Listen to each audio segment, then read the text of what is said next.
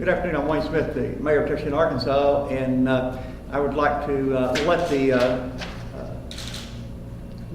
citizens and the news media to know that today the Legislative Audit Committee did approve the request that was made on behalf of the City of Texas, Arkansas for a special investigative special report audit.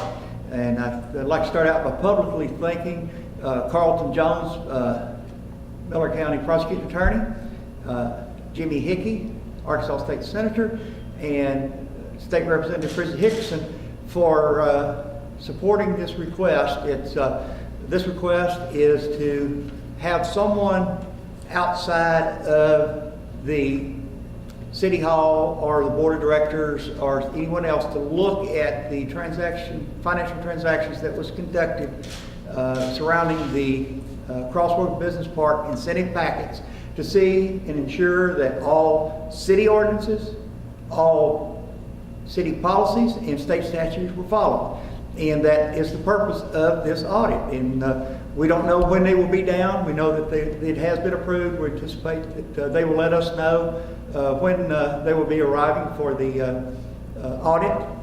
I assure everyone that we're going to be open and responsive to the individuals that will be coming down here, providing them any documentation that they believe that they need to do a thorough audit. And not only did myself or others, a few others, there were several citizens that contacted myself, contacted other board members, contacted Mr. Jones, contacted Mr. Hickey, and also Ms. Hickerson. So there has been a underlining questions arose pertaining to the expenditures of the funds, how they were managed, how they were handled, and some other just general financial transactions within the city.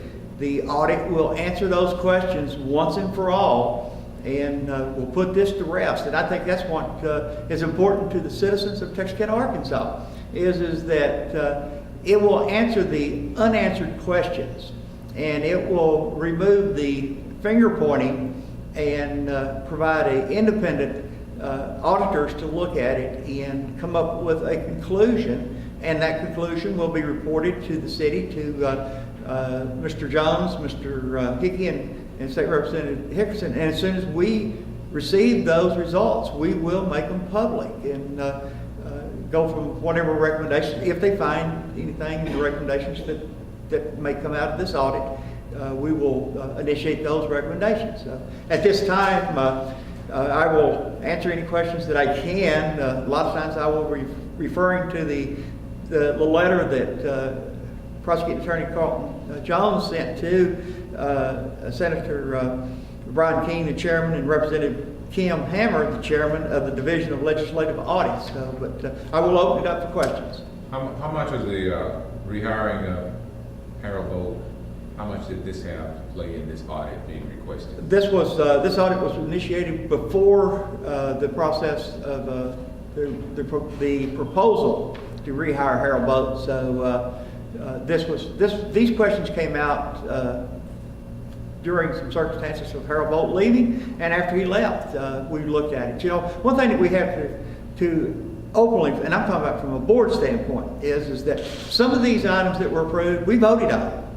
And that was one of the concerns that has been voiced, you know, and I have to admit that I voted on what I thought was one item, and it wasn't the item, or it wasn't the way that I thought it was. So, you know, for us to be able to fully understand what happened, you know, the board members, we weren't able to, you know, be cognizant of it, and that's the reason we're asking for the audit, to see, and also prepare for future votes and future processes that we have to make sure that we do, and hopefully the audit will, if there are improprieties, that they will tell us, you know, what safeguards do we need to implement to make sure that it doesn't happen again, because we are entrusted with the citizens' money, and it's our responsibility to do that. It's our responsibility to look when the citizens question it. You know, when a citizen calls me and wants me to look at something, and the same way with other board members, my expectation is I'm going to look at it, and other board members are going to do the same. So we're just fulfilling our duty as elected officials to look at something when citizens raise questions. Can you elaborate on the concerns you're talking about, the disbursement of the incentives and funding? Is that for a particular project out here? Yeah, it's the audit is Crossroad Business Park, and it began in 2009.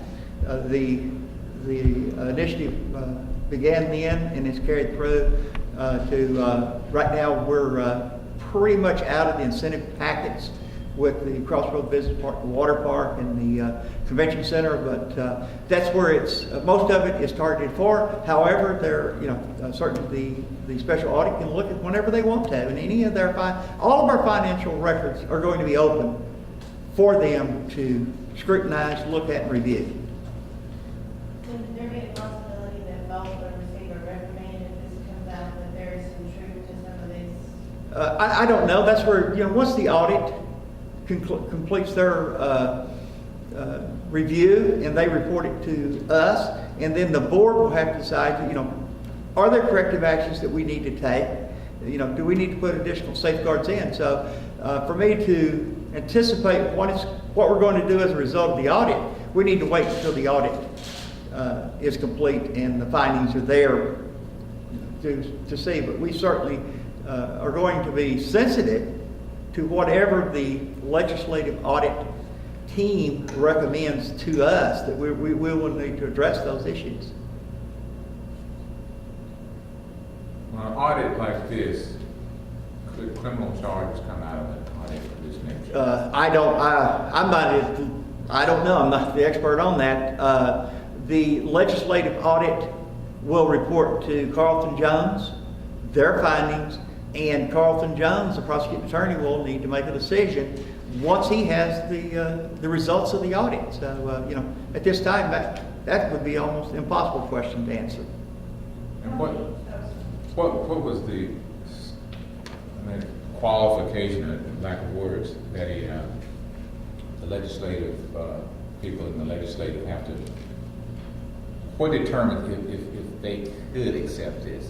The executive committee determines that. We presented the concerns. I requested to Carlton Jones that he look at the documents that I had and the concerns that I had addressed, and to see if there was any concerns that may rise to the level of a request for a legislative audit. I did that through discussions with Jimmy Hickey, State Representative Chrissy Hickerson, and Carlton Jones. Carlton Jones reviewed those, and based upon what he saw there, he felt that it needed closer scrutiny. And him and Jimmy Hickey and State Representative Chrissy Hickerson requested to the Legislative Audit Committee to conduct a investigative special audit. Today, the Executive Committee, with the letter from Carlton Jones and I guess discussions with Senator Hickey and State Representative Hickerson, they approved to conduct an audit to look into see if there is any improprieties, or do we need to make corrections. So did they see something suspicious in them? I cannot answer for them. I just there was concerns, and it's specifically identified in Mr. Jones's letter that he identified, and they will then look at it and see if more closely with closer scrutiny. Will this have any bearing on Volt's contract that's coming up that you're going to be looking at? I don't think it will. I mean, this is something that we're going to. It started before he was considered, so that should not enter into it. The Texarkana, Arkansas City Board of Directors has hired Harold Volt, and he is our new city manager, or incoming city manager. We will be in the process of negotiating a contract that is going to be best for the citizens of Texarkana, Arkansas, and the city of Texarkana, Arkansas. But this audit should not enter into, at this time, his contractor, his coming on board as the city manager.